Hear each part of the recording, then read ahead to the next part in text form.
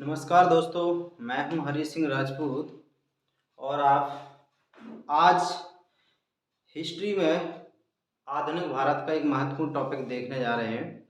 और इतने डिटेल होगा ये कि आप शायद कोई भी एग्जाम में बैठे, चाहे किसी भी स्टेट पीएससी, चाहे यूपीएससी का, चाहे किसी भी उसका हो, इससे बाहर शायद कुछ नहीं इस टॉपिक से बाहर जाएगा। बहुत ही डिटेल के साथ देख रहे हैं।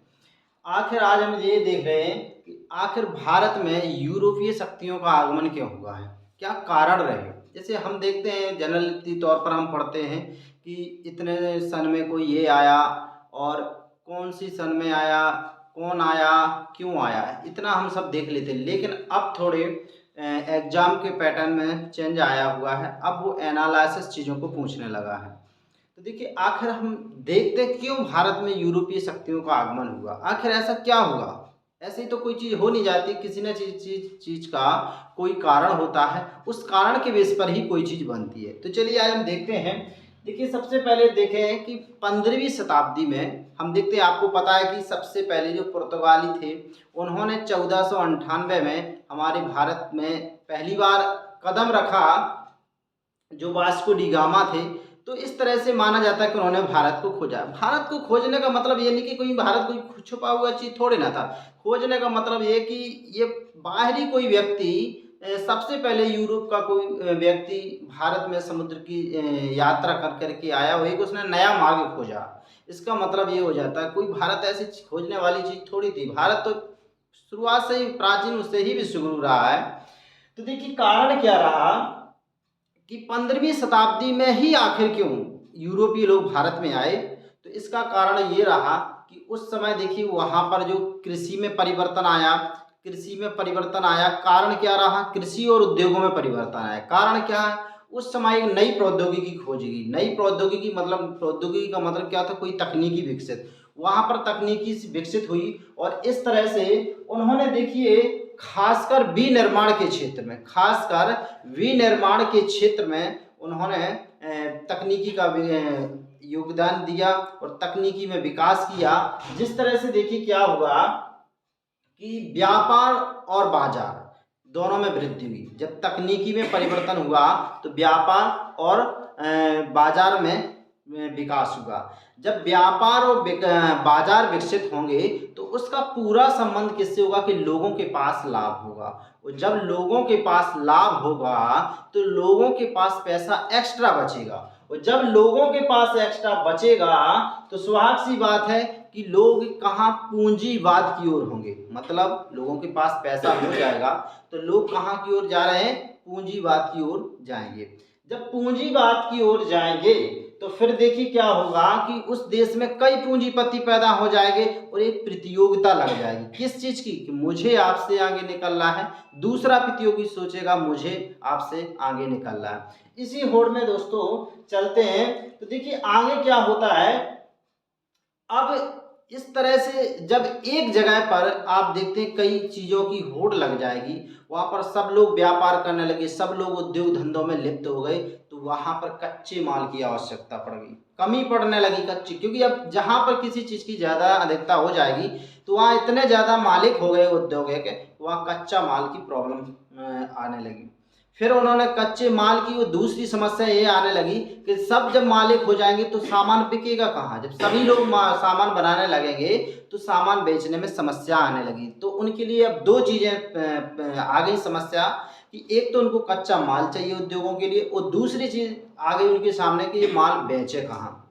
इन सभी के लिए देखिए उन्होंने फिर क्या किया, फिर उन्होंने देखिए ऐसा नहीं देखिए कि यूरोपीय लोग पहले से, फिर उन्होंने देखिए ये किया कि वो दूसरे देशों में जाने का उन्होंने विचार बनाया कि चलो हम दूसरे देशों में खोजते हैं और वहाँ पर बाजार देखेंगे और जहाँ भी कच्चा माल होगा वहाँ कच्चे माल का विकल्प देखेंगे। तो देखिए अगर आप ये सोचें कि भारत या यूरोप के संबंध पहले नहीं थे, ऐसा नहीं है। भारत और यूरोप के संबंध बहुत पहले से हैं, बहुत पहले थे। जब तो ये भारत मतलब ईरान से, जैसे आप रोम से देख लीजिए, इटली जैसे हुआ, और जैसे आप यूनान से देख लीजिए, जैसे यूनान से देख लीजिए और इटली से देख लीजिए।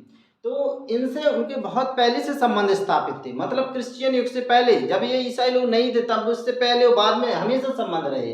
ऐसा नहीं है कि इनके संबंध रहे। अगर बात देखें एशिया और चीन के बहुत पहले से संबंध रहे हैं, ठीक है, तो बहुत पहले से संबंध रहे हैं। अब देखिए आखिर बात देखें कि आखिर ऐसा क्या हुआ कि जो शुरुआत में यूरोपीय लोग ही भारत में आए। तो देखिए क्या हुआ, एक मार्को पोलो यात्री हैं जिनने 1254 में, कब 1254 से 1324 के बीच का इनका काल रहता है, और इन्होंने इटली के यात्री होते तो इन्होंने चीन की यात्रा की हुई थी। जब इन्होंने चीन की यात्रा की तो इन्होंने देखा कि वाह, यहाँ पर पूरे जो आपका पूर्वी देश है, यहाँ पर धन दौलत समृद्धि, लोग के पास बहुत पैसा है। और मार्को पोलो जब लौटता है तो यहाँ के देशों की बहुत बड़ाई करता और यहाँ के लोगों को प्रेरित करता कि अगर आपको व्यापार करना, अगर आपको धन दौलत कुछ भी अगर आपको अच्छा नया करना है तो आपको पूर्वी देशों से जुड़ना पड़ेगा, पूर्वी एशिया के देशों से आपको जुड़ना पड़ेगा। मतलब ये लालच लेके आया मार्को पोलो। ये लालच नहीं थी, वास्तविकता थी कि बहुत धनी था। आपको पता है पहले भारत को सोने की चिड़िया ऐसे नहीं कहा जाता था। तो देखिए इस तरह से जब लालसा में वृद्धि होती जाती है तो इटली और यूरोप, ये तो इटली क्या करता है, यूरोप के माध्यम से आगे जो पूर्वी देश हैं उन पर व्यापार करने के लिए तैयार हो जाता है, और वो अपने स्थल मार्गों और जल मार्गों दोनों का उपयोग करने के साथ साथ दोनों का उपयोग किसके लिए करता है, व्यापार के लिए करने लगता है। अपन बात कर लेते हैं यहाँ पर दो मार्गों की। एक देखिए, एक मार्ग इनका फारस की खाड़ी से होकर के जाता है। आपको पता होगा फारस की खाड़ी से ये लोग माल जो पहुंचाते थे ईरान पहुंचाते थे, उसके बाद तुर्की पहुंचाते थे। अब यहाँ से माल पहुंच जाता था, फिर वहां से, अब ये समुद्री मार्ग था, फिर वहां से वो लोग क्या करते थे, थल मार्ग के द्वारा ये जेनेवा और जेनोवा से वेनिस तक पहुंचाते। वेनिस आपको पता है इटली में पड़ता है। तो पहले ये कहाँ था, ये आप फारस की खाड़ी से ईरान, फिर तुर्की, फिर वहां से स्थल मार्ग, क्योंकि उस समय देखिए क्या था, सुएज नहर नहीं बनी हुई थी, तो फिर उनको स्थल मार्ग का सहारा लेना पड़ता था। और जेनेवा से उनको कहाँ जाना पड़ता था, वेनिस जाते थे। एक और उनके पास ऑप्शन था, दूसरा था लाल सागर से जाए, वो लाल सागर से मिस्र जाए, मिस्र से अलेक्जेंड्रिया जाए, ऐसे भी ये जा सकते थे। तो कारण देखिए वहाँ पर कि इस समय वहाँ सुएज नहर नहीं थी तो थोड़ी दिक्कत आ रही थी उनकी। अब सबसे बड़ा सवाल ये यहाँ छोड़ ये जाता है, आखिर ऐसा क्या है जो इटली ही और देश क्यों नहीं व्यापार में आए। ये सबसे बड़ी सोचने वाली बात है। क्या घटित हुआ इटली में, क्या कारण रहा कि जो इटली में ही ये सब चीजें हुई। तो देखिए अगर अपन देखेंगे कि इटली में उस समय क्या हो जाता है, पुनर्जागरण प्रारंभ हो जाता है। पुनर्जागरण का मतलब क्या होता है, ऐसा नहीं कि लोग पहले जागरूक नहीं थे, लोग जागरूक थे। पुनर्जागरण का मतलब है पुनः जागना, जैसे अर्थात कोई सोते हुए लोग जाग जाना, तो वो क्या कहलाता है, पुनः जागरण। मतलब ये कि पहले वहाँ समृद्धि थी, पहले लोग जानते थे, सब चीजें जानते थे, लेकिन अब उनमें एक नई तकनीकी और नई चीजों को लेकर के वो जागरूक हुए, इस वजह से उसको कहा गया पुनः जागरण।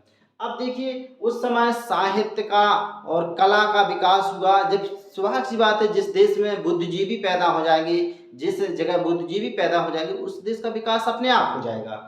तो उस समय जब बुद्धिजीवियों का विकास हुआ तो वहाँ पर व्यापारियों का विकास हुआ, बैंकर डेवलपमेंट हो गए। जब ये सब डेवलप हो जाएंगे तो वहाँ पर एक क्या, एक पूंजीपति डेवलप हो जाएगा। इस तरह से वहाँ पर एक नया मध्य वर्ग उभर करके सामने आया, जिनके पास धन दौलत से पूरी तरह से संपन्न थे। अब देखिए अब क्या रहा कि पुनर्जागरण में जब इटली था तो इटली क्या करता था, पूरब के देशों से जो धन में दौलत में हर चीज में समृद्ध थे, वहां से जितनी भी विलासता की चीजें, मतलब क्या कारण क्या था, 15वीं शताब्दी में यूरोप में कई अनेक शक्तिशाली नरेशों का गमन हुआ, अनेक राज्य आए। तो जब राजा होंगे और पैसा होगा, सब कुछ होगा, तो धन दौलत और विलासता की चीजें में वृद्धि स्वाभाविक सी होगी। तो इटली क्या करता था, पूरब से सामान को इन लोगों को पहुंचाता था, विलासता की वस्तुएं, धन दौलत संपन्न, ये सब चीजें कहाँ पहुंचाता था, यूरोप पहुंचाता था।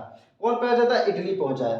अब देखिए तो इटली जब पहुंचाएगा तो जो व्यापार करेगा तो स्वाभाविक सी बात है इटली को लाभ होगा। जब इटली को इतना लाभ हुआ तो जो यूरोप के अन्य राष्ट्र थे वो क्या करने लगे, इनसे जलने लगे। स्वाभाविक सी बात है, आप देखिए अगर कोई प्रगति करता, वृद्धि करने लगता है तो दूसरे जो पड़ोसी होते हैं वो जलने लगते हैं। तो यही इटली के साथ होता है कि इटली जब इतना धनी संपन्न हो जाता है तो उसके जो यूरोप के अन्य कंट्री होते हैं वो क्या करने लगते हैं, उससे जलने लगते हैं।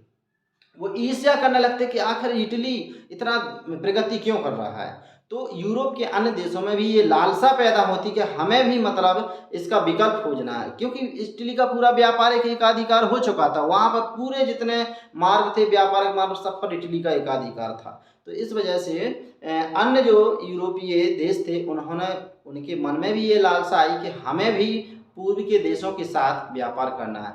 इसी संबंध में अब उनकी क्या हुई, लालसा आई, तो फिर उन्होंने कहा इसके लिए कुछ तो करना पड़ेगा। तो उन्होंने कहा चलो क्या करते, तो उन्होंने कहा हम एक दूसरा रास्ता खोजेंगे। तो अब आपको पता है कि यूरोप से जिस मार्ग से जा सकते हैं लाल सागर, और यहाँ से तो यहाँ स्वेज नगर से, नहर से, तो यहाँ पर इसका एकाधिकार है। तो इन्होंने कहा चलो हम अफ्रीका के सहारे सहारे, अफ्रीका से होकर के हम ये निकल जाएंगे, वो तो सीधे कहाँ पर, पूर्वी उसमें पहुँच जाएंगे। आप इसके लिए जो भी मैंने नाम बताया उसके लिए थोड़ा आप मैप देख लीजिएगा, आप इन लोकेशन को चिन्हित कर लीजिए, कहाँ फारस की खाड़ी, कहाँ तुर्की, कहाँ अफ्रीका, कहाँ इटली है, कहाँ पूर्वी देश है। तो आप शायद बहुत अच्छे से देख पाएंगे, समझ पाएंगे कि कैसे इन्होंने व्यापार, तो इन्होंने विकल्प कौन सा कि हम अफ्रीका के सहारे जाएंगे।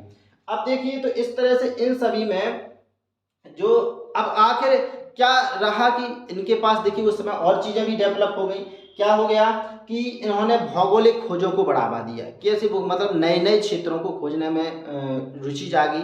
अब इन्होंने वहाँ के जो राजा थे, जो वहाँ के पूंजीपति थे, उन्होंने ऐसे लोगों को वित्तीय मदद की कि लो भाई पैसे लो, जाओ खोजो, नई चीज़ें खोजो। तो इस तरह से इसमें देखिए पुर्तगाल और जो स्पेन है, यहाँ के जो नाविक थे, जो खोजने में जो खोजी थे, उन्होंने रुचि जगाई और वो चल दिए।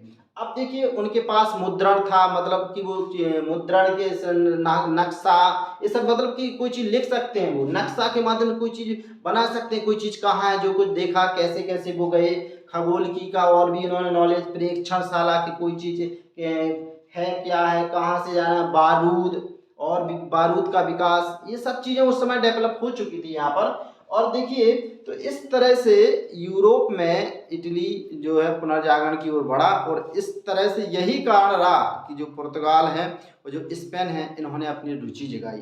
तो अगर हम पूरे उनका देखें, ऑल ओवर सभी का देखें कि आखिर क्या होगा, तो 4-6 चीज़ें निकल करके सामने आती हैं कि कृषि में निवेश ज़्यादा लगता, पैसा ज़्यादा लगता है, लाभ कम हो रहा था। इस मतलब कारण ये कि क्यों आखिर इन्होंने विकल्प चुना दूसरे देशों पर उपनिवेश करना।